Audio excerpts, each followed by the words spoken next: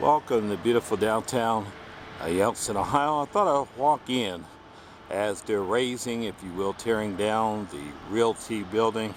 I thought I'd let you get a bird's eye view, so to speak, or pedestrians perspective on what's going on in downtown.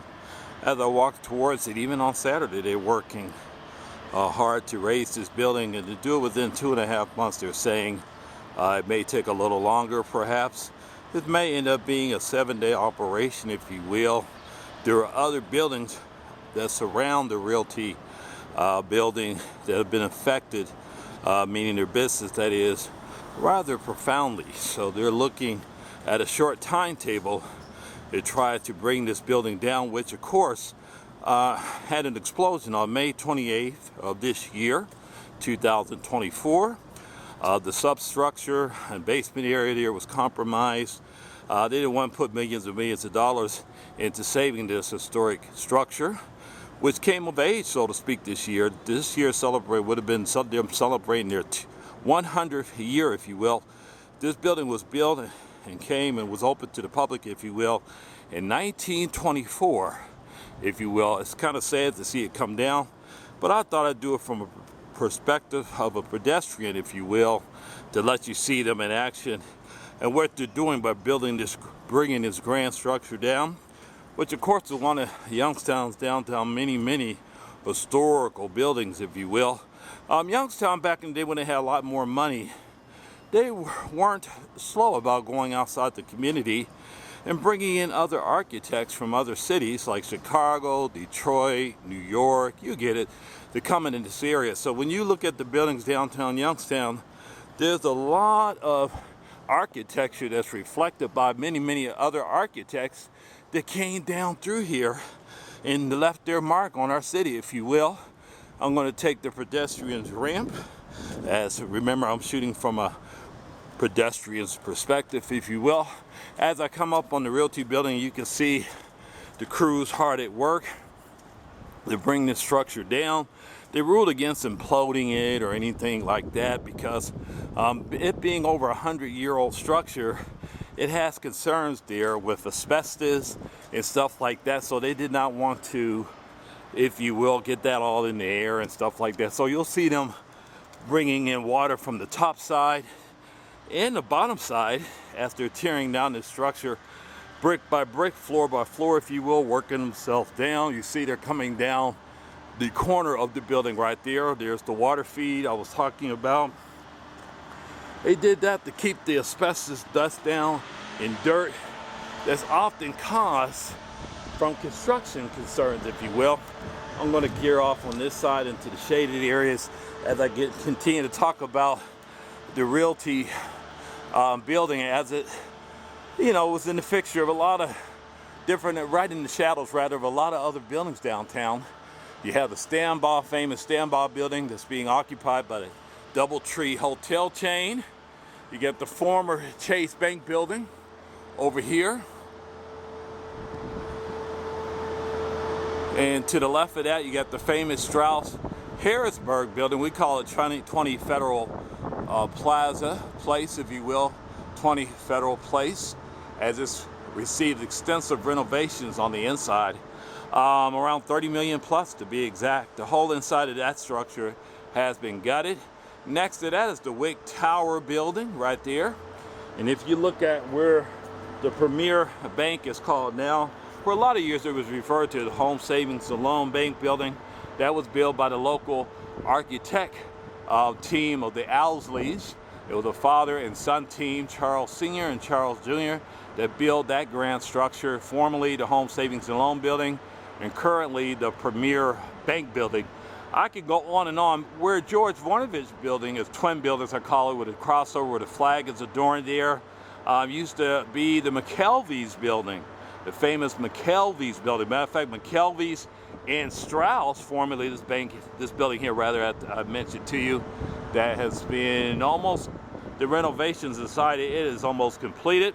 I was talking about how they used to be two marquee department stores in the area. They used to really compete. I'm walking now in the old McCory's building, as we know as the old Wow building, if you will. As I come up on a little closer on the Realty building, The Realty building started off as a trust and savings bank, if you will. The bank was built exclusively to finance homes and buildings being built within the community, downtown and the valley community as a whole, if you will. And when you see down here, the workmen, like I said, are working hard to bring this structure down quickly and move on, if you will, to let the city move on. Right now, the city is being sliced right down the middle. There's a lot of projects that are going on downtown. You got the Me and My 2 project, or Smart 2 rather, project going on down there that put a divider system right down the middle of what we call West Federal, and cascading this way is known as East Federal, if you will, as it goes up onto our city's east side, if you will. Here, workman hard. I'm going to get a corner shot here. I'm staying behind the pedestrian barricades, if you will. I'm trying not to get in trouble, so to speak. And in the shadow, you can see on the center one building, if you will.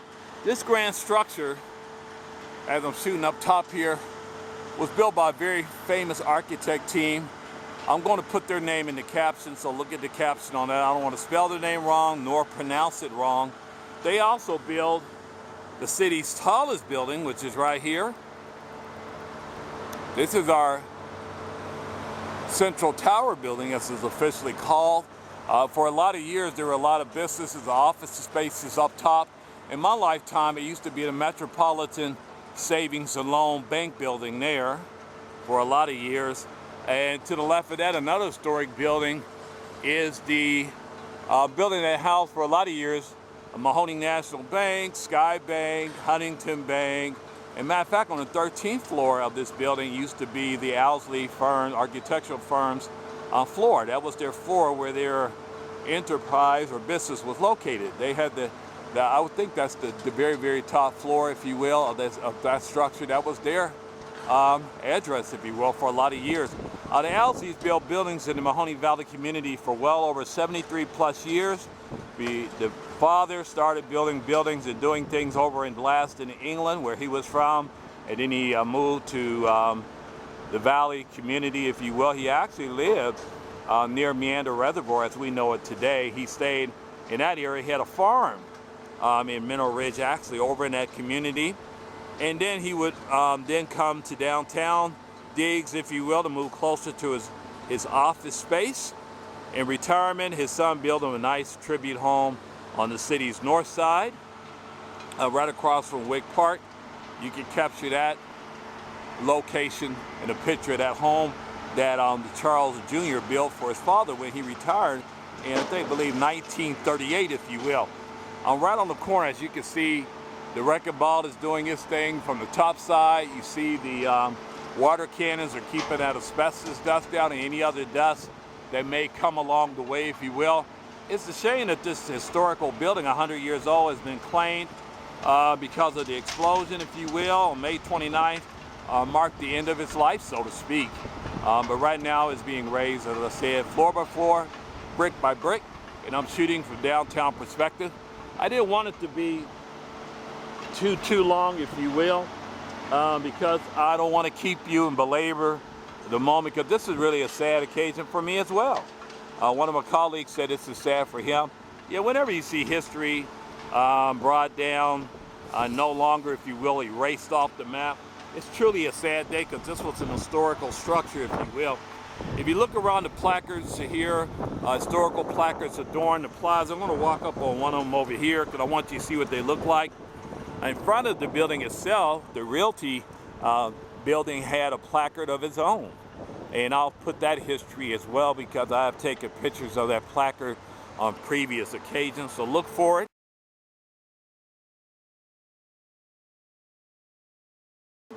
In this video short, right here, the Union National Bank building. Of course, I said it was first called, I said Chase, but it started off as the first National Bank building, and then later became Union National Bank, and then later on became Chase Bank. It's had a lot of names, if you will. This building, as I was talking about earlier, I'm going to go all the way to the top. This building came online in 1926, to be exact. I'm over here. You had a former Dollar Savings And a trust company, the gray slated building right here I'm shooting, as I come down there, used to be a red brick building. If you go back before the major renovations that happened in the mid-70s, if you will, that changed the color or the skin of the building, underneath that you would find red bricks. This is one of the buildings that famed master stonemason Plimpton Rossberry built right there, okay? He worked closely with the Owsleys to build a lot of these structures. I want to come over here. I want you to see the Stanball building, which currently houses the Doubletree Hotel, of course, which is a subsidiary of Hilton, if you will, company. We know Hilton is known for fine dining and staying, if you will, accommodations. The historic Stanball building. When it was originally built, you can see a split. As I come down, I'm going to stop right where the split is, right there. The lower, in the beginning, it was just the height of the original all the way up to the rim, or I call the line there. And then they decided some few years after this was built that they needed additional office space, so they added on 5 more floors, is it, or 4 more? They added on 4 more floors, if you will. And that's the historic Stanball building, if you will. If you come this way, you'll see Stanball Golf Course, you'll see Stanball Street, former Stanball School, Stanball baseball field, you get it. The Stanballs were a very influential and famous family within the Youngstown community. Over here, I'm showing you a little bit more of the raising of this fine historical building. As they said, it may take 2 months, or a little over 2 months. So we're hoping, if you will, that now that it's happened, you can't fight to keep it up, that they'll do it quickly and safely, and we'll return to life as we know it down here. The building right beside it was affected. There were residents living in that building there, and of course the building Stanball, which I was talking about, their businesses were affected as well. Inside that office/hotel, they had living quarters in there. It served as a bistro or fine dining place, as well as a hotel, office space. And it's a shame that this is going to be a part of Youngstown's history, which is the lowering of the Realty building, if you will. Yeah, the people that built the Realty building, like I said, built our tallest building, the Central Tower building. And they also, one of the architects, he went on to build the Ron Shalom, if you will, Jewish center on the city's north side.